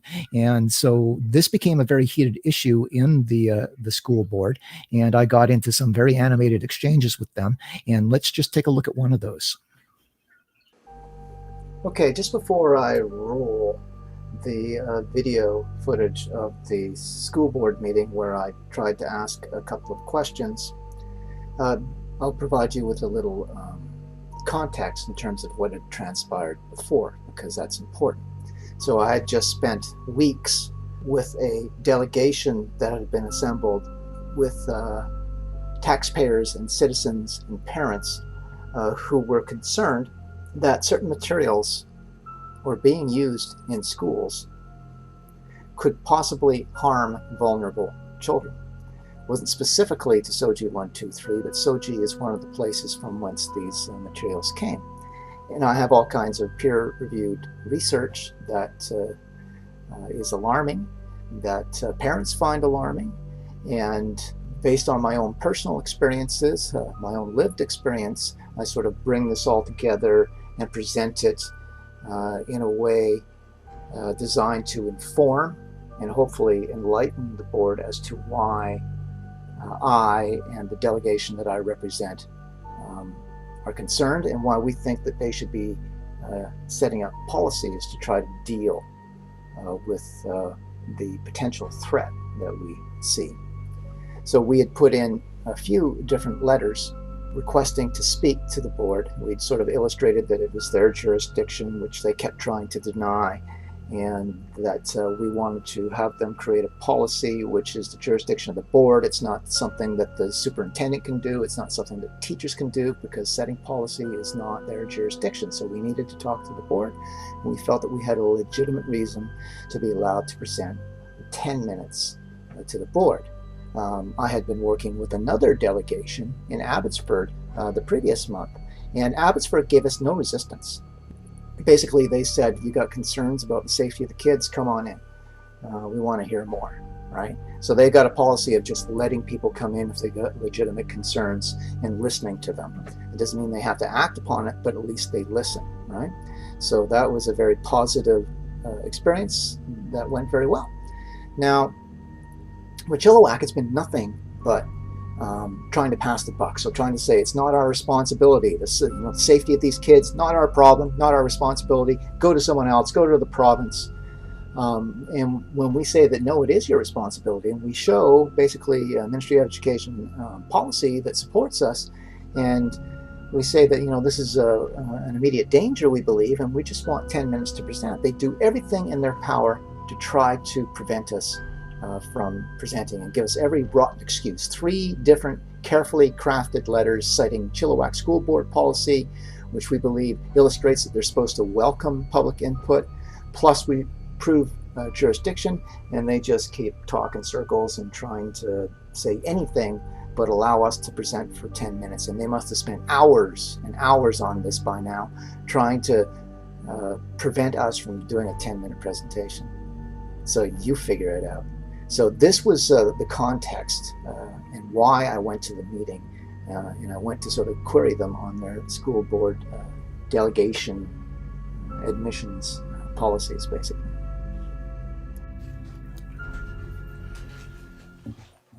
Okay. Press the right-hand button, state your name and why you're here. My name is Jen Smith, and I've got a quick question. That's only from, if I remember correctly from last time, it's only 3 minutes, so I'll make it quick. I should say that the question requires a little predication to provide context, but I'll be very quick. Jen, I'm just going to ask you to ask the question first and then... So I'm not allowed to give context? No, provide context after, but state the question first, please. It's better if I provided context before. I'll stay within 3 minutes if you like. Fine. I'll... Okay. All right, so I just want to start because this is a question that relates to policy regarding receiving delegations and stuff. So I'm just going to quote from the Chilliwack School Board Policy Manual, which says that the board represents the community, makes decisions with the good of the whole district in mind, and is accountable to the community. Policy 220 says that the board believes that communication with the public is extremely important. Okay, so I just wanted to interrupt here. I just read from the Chilliwack School Board Policy Manual. I wanted to expand that and read from the British Columbia School Trustees Association website, where it talks about the responsibilities of school trustees. So British Columbia is a large province with many communities, each having different priorities, needs, and unique educational requirements. British Columbians elect their boards of education to improve student achievement according to the diverse needs of these communities. As locally elected representatives, the trustees on these boards best understand their respective communities' particular strengths, challenges, and demands. And I would add to that, characteristics. Because a community like Chilliwack is going to have different values and political and religious characteristics and dynamics that a city like Vancouver won't have. That's why there are individual boards to try to appreciate and reflect the needs of the community. So just going on here, in the second paragraph there, of interest, or should be of interest to the school board, but clearly is not. They sort of ignore their own policy manual. But the Trustees Association says school trustees listen to their communities. Boards are directly accountable to the people they serve. This board, or the tyrannical majority on this board, has no interest in listening to their community or being accountable to them. Or rather, what they don't seem to understand is that they don't just represent those who voted for them. They represent the entire community, and they need to listen to everybody and not just voices that they agree with. Okay, so the question that I want to get to here is regarding openness on behalf of the board, because I am, and I'm sure everybody on the board here knows, part of a delegation that has requested to speak before the board.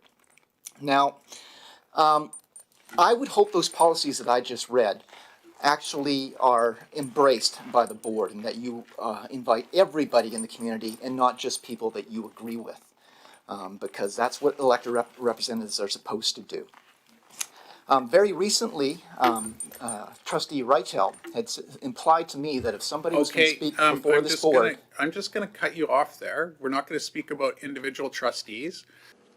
Okay, so here's what I was going to say there.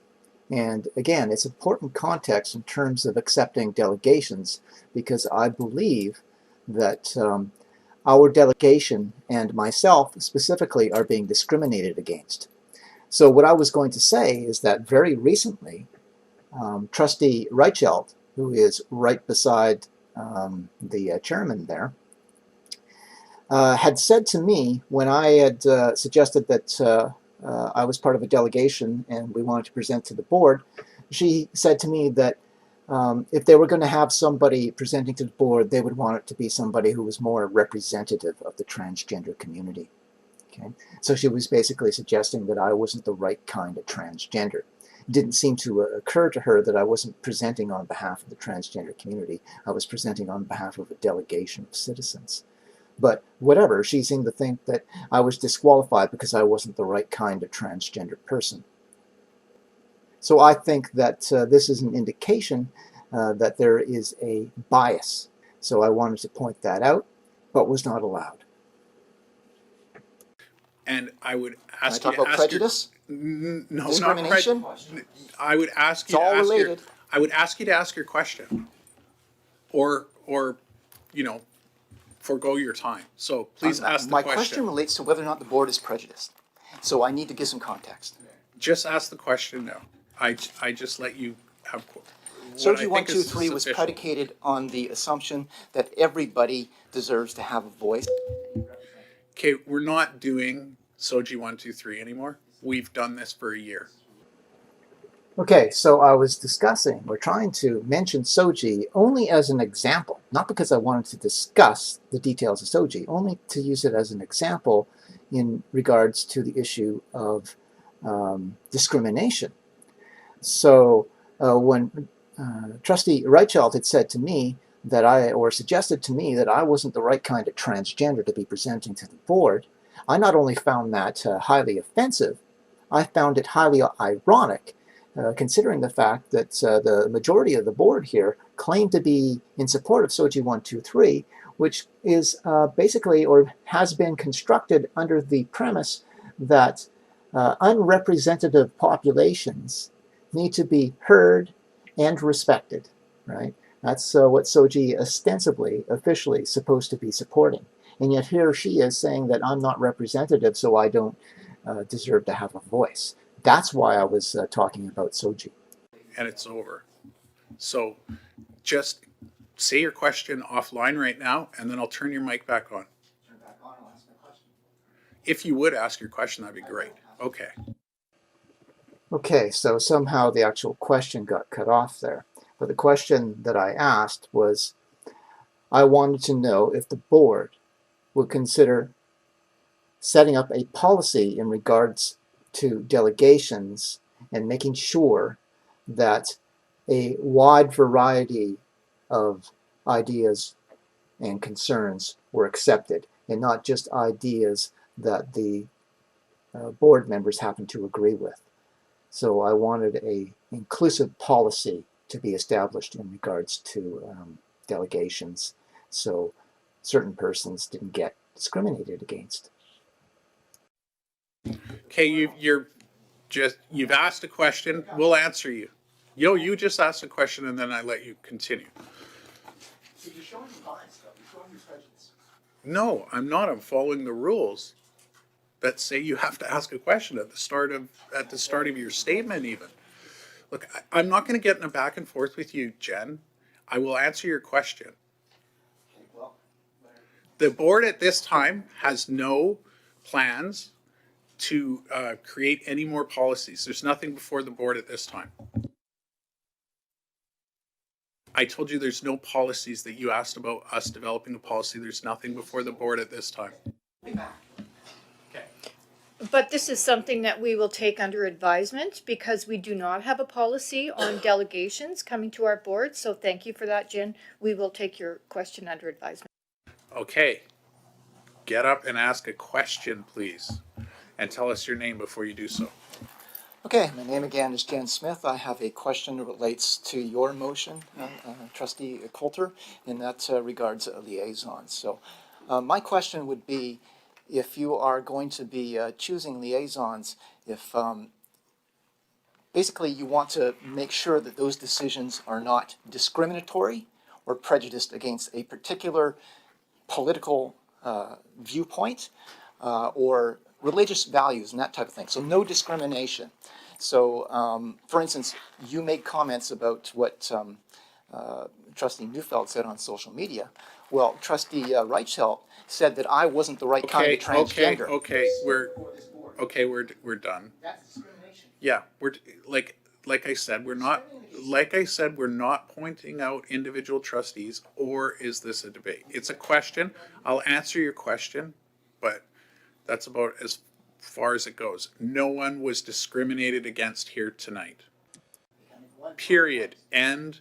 No, you're not making points. This is question period, and you ask questions. So you're going to create a policy that doesn't discriminate against particular people based on their views. No, that's not how discrimination works.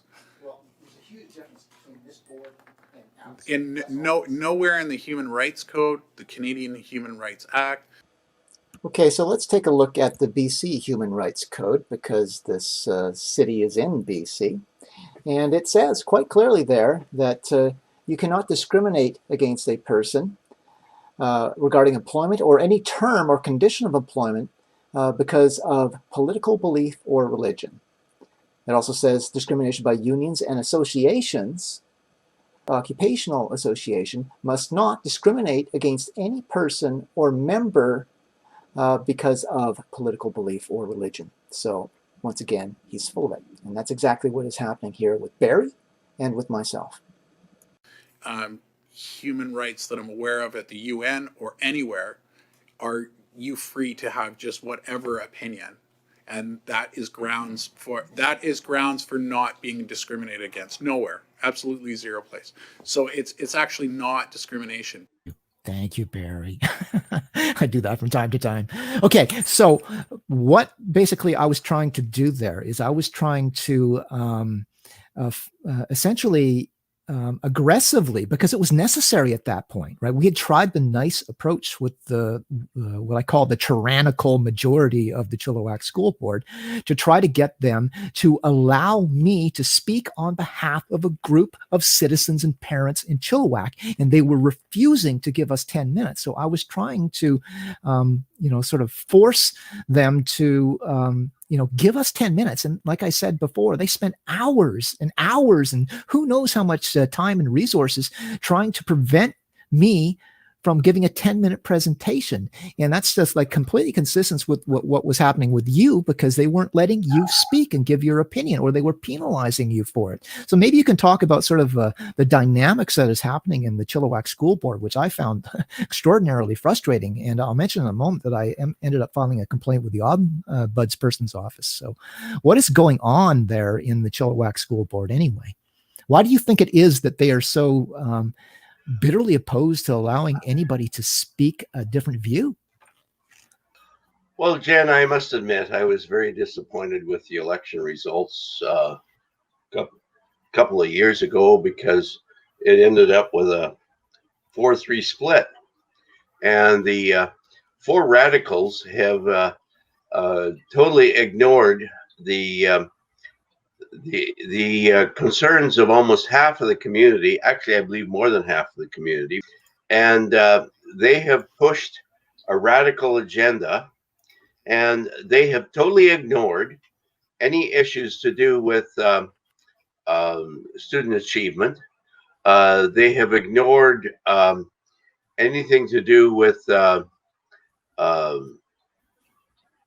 educational performance, and they have only been focused on denying any discussion of SOGI 123. They have pushed rainbow sidewalks. They have pushed opposition to oil pipelines through Chilliwack. They have pushed any opposition to the homeless shelter, which is only half a block from our public schools. And our middle school students have to walk past people indulging in drug abuse and sexual impropriety. They are totally on board with woke issues of woke culture. Woke culture. My primary concern with SOGI 123 has to do with what it's doing to the most vulnerable kids in terms of, again, romancing their identity and stuff. So I haven't focused a whole lot on the sort of sexual aspects of SOGI 123, although there are some real nutty materials that are provided in SOGI 123. I want to just bring back up for a second before we should wrap up here because it's getting late, but I just want to bring up some things like, for instance, let's take a look at those election results that we were talking about, because that talks about the dynamics of what was going on in the Chilliwack School Board. So there are the election results. I don't know if you can see that there. I'll make it a little bigger. There we are. So finished in first place, Dan Coulter finished in first place, but you finished in second place with 9,000 votes. But if you go down to the bottom here, you'll note that it was very, very close. Had, I'm not sure how we pronounce her name, Keith Jones, is it Keith? Yeah. Keith? Yeah. Had she won, that would have changed everything. So she was just barely squeaked out by Jared, and that resulted in this 4-3 majority for this sort of pro-SOGI crowd. But had that changed ever so slightly, it would have been a SOGI 1-2-3 majority, and that would have changed everything. Now, interestingly, I'll see if I can find it here. Yeah, there we are. So Rob Fleming came out at one point, and he said that it was only a tiny minority of people who supported or who were opposed to SOGI 1-2-3. But when we had the municipal election, not only did you finish with the second highest amount of votes in Chilliwack, but province-wide, we did a tally, and I sort of added up the numbers, and I was conservative. So I sort of rounded it down rather than rounding it up. And what we found was that 128,000 British Columbians knowingly voted in favor of trustees who were openly opposed to SOGI 1-2-3. 128,000. That is not a tiny minority. This is an issue of concern, and it's I would say it's increasing as we go on. The reason we don't have more, I would say, is because people are just sort of unaware of the details and why. Like, they don't even think there's a logical reason to oppose it. They assume that anybody who opposes it is some sort of bigot or something. They don't have these numbers like the foster kids and the autistic kids and stuff. And so that's one of the things I've been working so long and so hard at, is trying to get that information to people. But just to show what has been happening to you in the media, let's just bring up another media clip here about your friend Glenn Hansman. And you don't have to comment on this because I know you're involved in a court case, but I just want people to see and understand what's going on with the media. All right, let's talk more about this story with Glenn Hansman. He's the president of the BC Teachers Federation. Good to talk to you. Thanks so much for joining us. Let's just pick up on Barry Neufeld, the trustee, saying that he stands by his comments. He has no intention of stepping down despite the reaction he's had. What are your thoughts to that? Well, we'll see about that. I mean, the fact of the matter is that regardless of his bigoted views, he has responsibilities both as an employer, of staff members, but more importantly to the students in the system. From the point of view of an LGBTQ student in the school system, having statements made like that by someone who's actually responsible for ensuring that you have a safe and inclusive school, it just can't stand. And so if he's not going to step down himself, then the school board or somebody else needs to make that decision for him. Should be noted there that Barry's an elected official. You can't just sort of take somebody out of an elected position.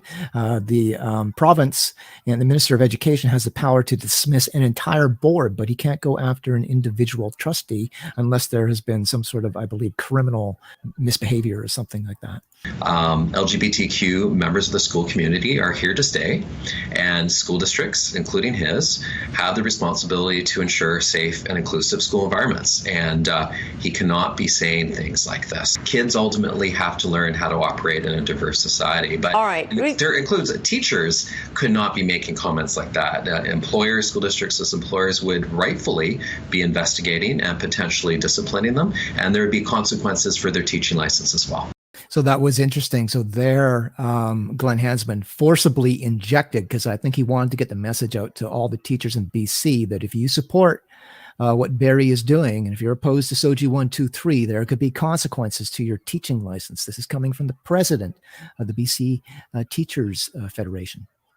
So my comments about Glenn Hansman in the first full-length interview with Laura Lynn Tyler Thompson. Okay, now what you're going to see in this clip here is you're going to see a major official involved in the education system in British Columbia lying. Okay, well, I just want to get the details of this program, because for some people, they may not know all the details here, and maybe you're the right person to answer this for us. And going back to Barry Neufeld's post, because if this is true, or even if it's not, I mean, what we're trying to assert here is what are the actual facts. And part of his post is saying children in this new curriculum are being taught that heterosexual marriage is no longer the norm. Then he goes on to say teachers must not refer to boys and girls. They are merely students. They cannot refer to mothers and fathers either. Is that true? No, I have no idea what on earth he's talking about. Okay, but teachers are teachers being told that they can't refer to girls as girls and boys as boys? Is that actually part of this curriculum that he's talking about? No. So if you go to SOGI's website and you go to a section that's called Choosing Inclusive Words, you're going to find there that it says, talk in a way that does not specify gender, sex, or sexual orientation. So say things like good morning everyone instead of saying good morning boys and girls. When you talk about parents, instead of using mom and dad, use something more neutral. So it's right there in the documentation on the SOGI website, but Glenn Hansman denies it exists, right? So he's lying to people on the evening news. And he's going back to this thing about how Barry Neufeld is a hate monger, right? And he's a bigot, and that he needs to be an elected official, nonetheless. He needs to be removed from his post for being so hateful. When all he's really done is said that this is a dangerous program that might result in kids becoming transgendered and heading down this potentially damaging medical path. And he regards that as a form of child abuse. And that is a valid statement. But all of these government people and representatives are misrepresenting that and lying in order to deceive the public about what's going on. Why are they doing that? Why are they resorting to deception? Why are they resorting to lies? That speaks to their motives and the purity, if you will, of their motives. So they've got something very important going on where they don't want people to have the truth, and they just want to shove this down people's throats. So that is what Barry has been facing in the media from the establishment generally. Public officials coming out and lying and misrepresenting Barry. I mean, this has happened to me too. We had the official spokesman for the Pride Society coming out and telling just outright lies about me. And so the people, neutral observers, if you will, looking at this should be asking themselves, why? Why are they lying? If their motives are so pure and saintly, why do they go and lie about these things? And I don't think there's any reasonable or acceptable rebuttal to that.